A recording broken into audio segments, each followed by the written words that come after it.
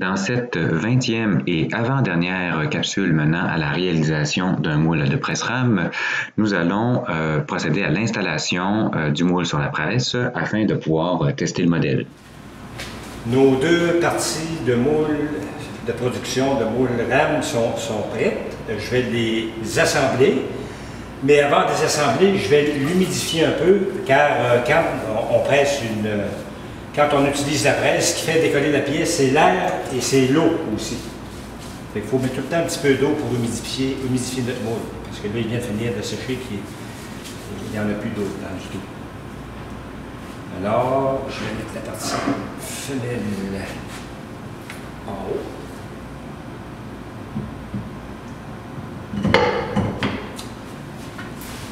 Et là, je vais mettre le moule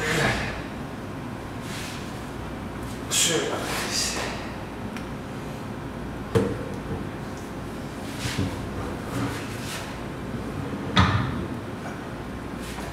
Et avant d'assembler le moule, on remet l'anneau de départ que j'ai utilisé au tout début. C'est l'anneau qui a 1,5 pouce.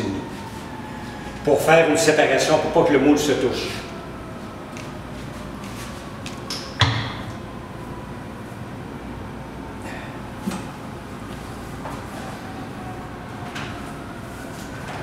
Je vais mettre les supports pour fixer le moule, qu'il soit solide, pas qu'il bouge.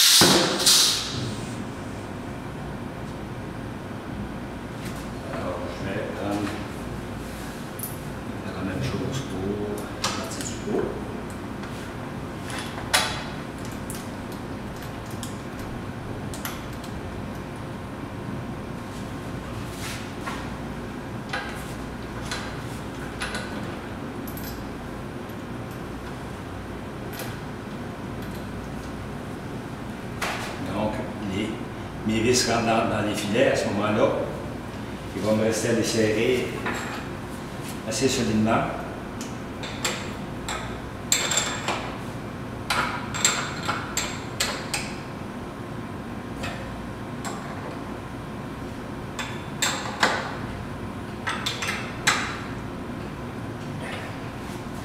La même chose en arrière.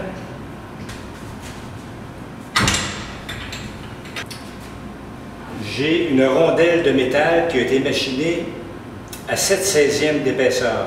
Car quand on a commencé à faire notre moule initial, dans l'anneau de départ, on avait mis des rondelles qui avaient 1,5 pouce. En mettant ça en dessous des poteaux, on devrait arriver, les deux parties de moule devraient arriver à 1/16e d'espace. Parce qu'il ne faut pas que le moule de prêche se touche ensemble parce que le moule va casser. Alors, je vais descendre. Fixer les poteaux sur la rondelle.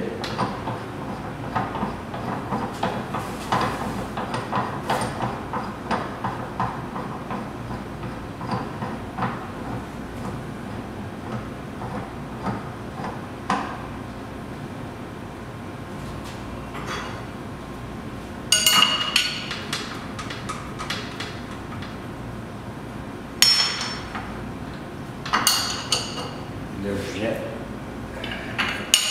serrer mon poteau pour plus qu'il bouge. On fait la même chose de l'autre côté.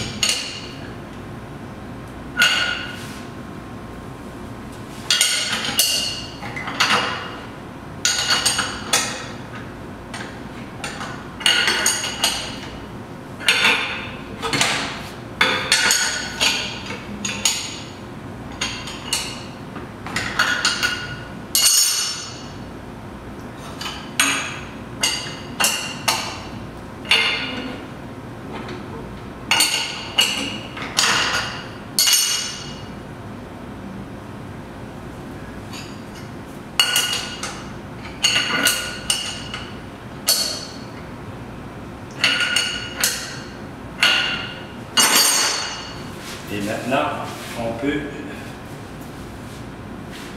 soulever le moule.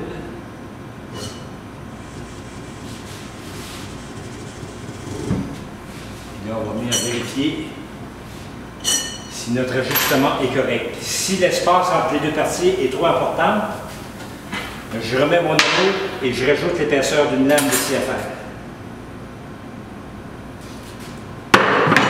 Important aussi d'installer les entrées d'air sur le moule. Partie du bas, la bloc du bas en haut, top air en haut.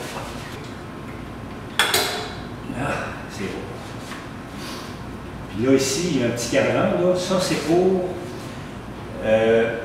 mettre l'air, la pression d'air qu'on veut à l'intérieur de notre moule. Dépendamment des pièces, comme une coquille Saint-Jean comme ça, là, moi, j'irais pas mal à plus 60 litres d'air. Et qu'est-ce qui serait 40 litres d'air? Ah, une tuile plate, une petite tuile 6 par 6. Mais ça, on s'ajuste en cours de route. Ça dépend tout le temps des formes. On va y aller, même je vais y aller à 70. Et je m'ajusterai par après. Là, je vais vérifier si mes sorties d'air sont correctes. Ici, il y a l'air du bas. Je mets un petit peu d'eau. Comme vous pouvez voir, ça fonctionne.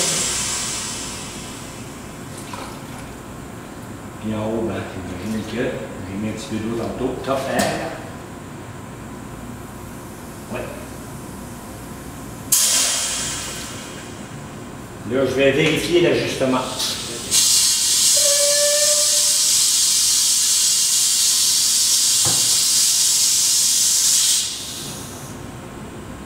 ne sais pas si vous pouvez voir, là. Ici, ça, c'est correct, c'est la ligne en plein ici. Au-dessus, je pense que je vais rajouter l'épaisseur d'une nappe. Pour réajuster le moule, il faut toujours mettre l'anneau entre les deux parties du moule, mais on n'est pas obligé de mettre les goujons de métal.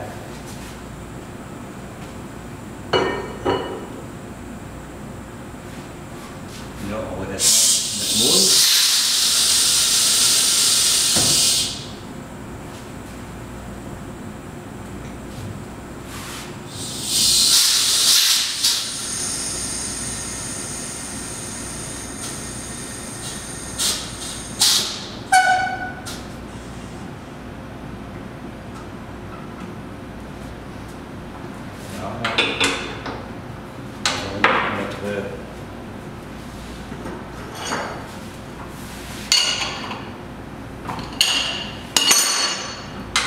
Notre rondelle, puis on va rajouter l'épaisseur de la rondelle.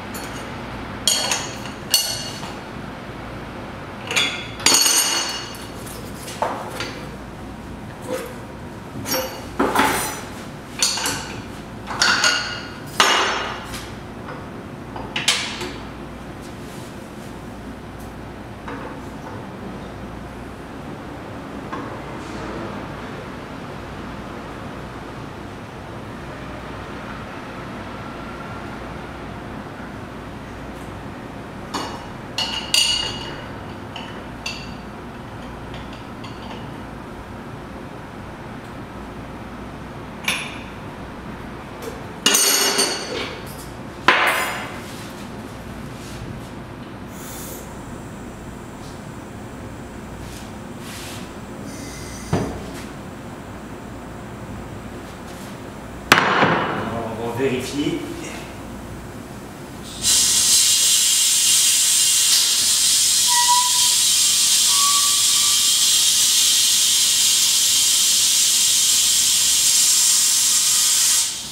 Oui, là on a, c'est parfait. Oui, mais bon, ici. C'est bon. Là, je suis bien ajusté. Et voilà, notre moule est maintenant installé. Il ne nous reste plus qu'une dernière étape, c'est-à-dire de l'utiliser. Je vous donne rendez-vous à la capsule 21 pour voir comment procéder.